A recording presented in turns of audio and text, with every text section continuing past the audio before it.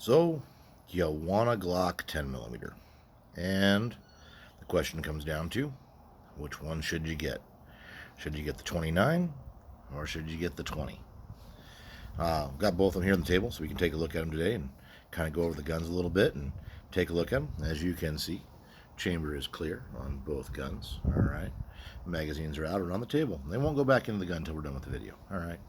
Now, that being said, let's look at the guns themselves. Put them on side by side right on top of each other there. Close the slide on that one. Close the slide on that one. Doing it left-handed always is tricky. Turn the flashlight back off. There we go. Okay. So, kind of get better size comparison on the two guns here. So, get right on top of them there. All right. There we go. So you can get a good view of what we've got going on here.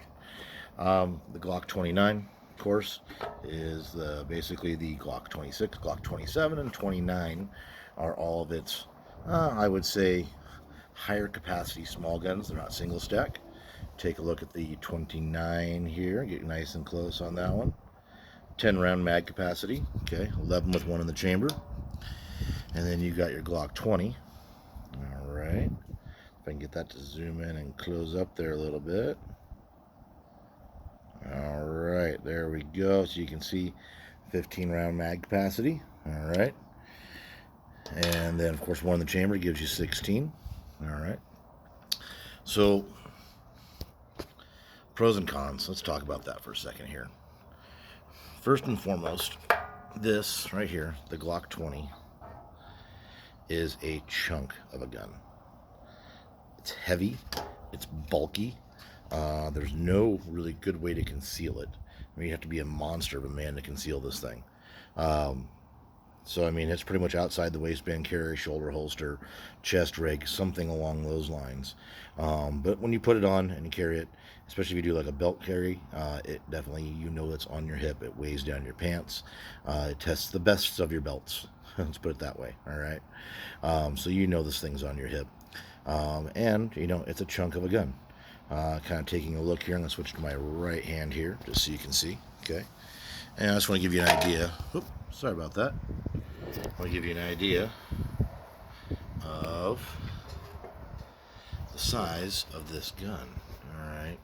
So that's my hand right there. And it covers up a lot of the gun. I've got really large hands. Okay. So let's get that in my right hand where we can see it a little bit better there. Alright. And again, with my extra large hands, so I wear an extra large size glove, you'll notice that getting a, you know, full grip on the gun, even my thumb would have to break my hand to release the slide. So I have to break my grip to release the slide. All right, which is not ideal. Okay, and again, this fills up every bit of my hand.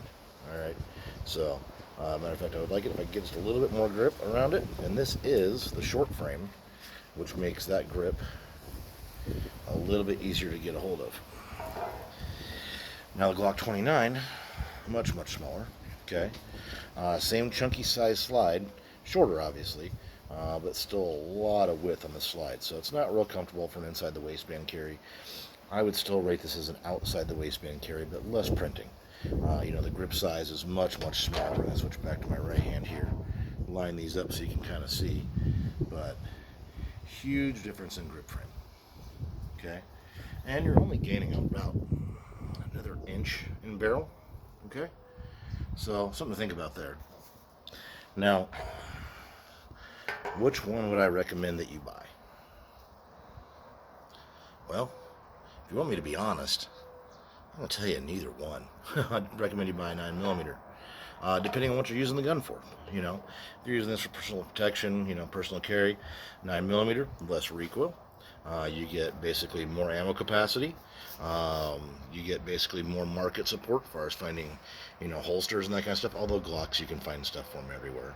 But that being said, you get more opportunities to have more things with the 9mm. Plus the recoil is much dampened.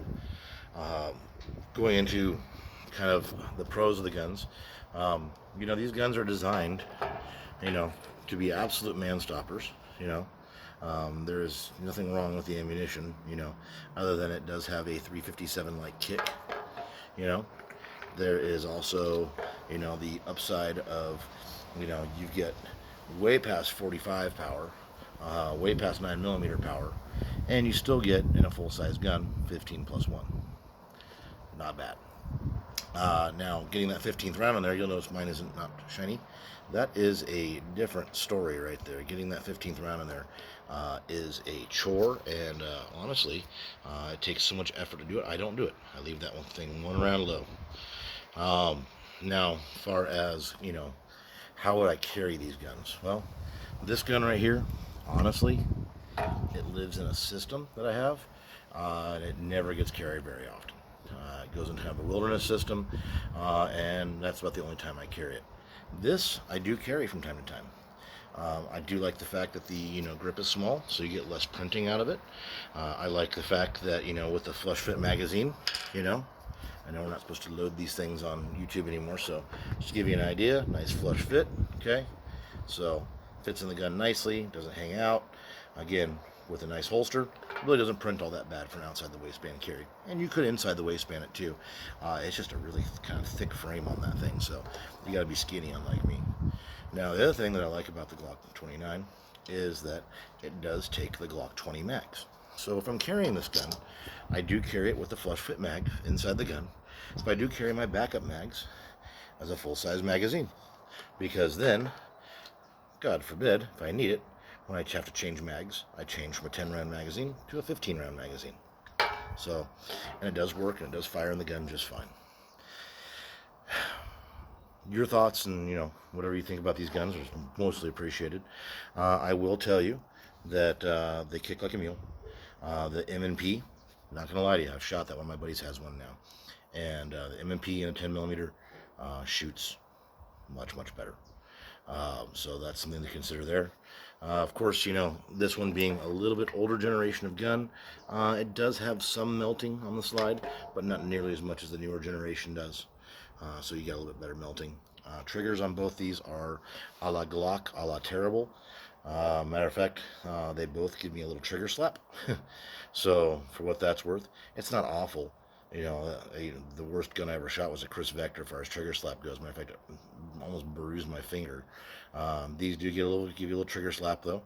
But the preset's positive. They do shoot nicely. And again, if you're gonna buy one of these two, buy that one. Buy the Glock 29. You'll carry it more. It's easier to carry. It weighs a heck of a lot less, and it gives you can still run full-size magazines in it. So why not carry that?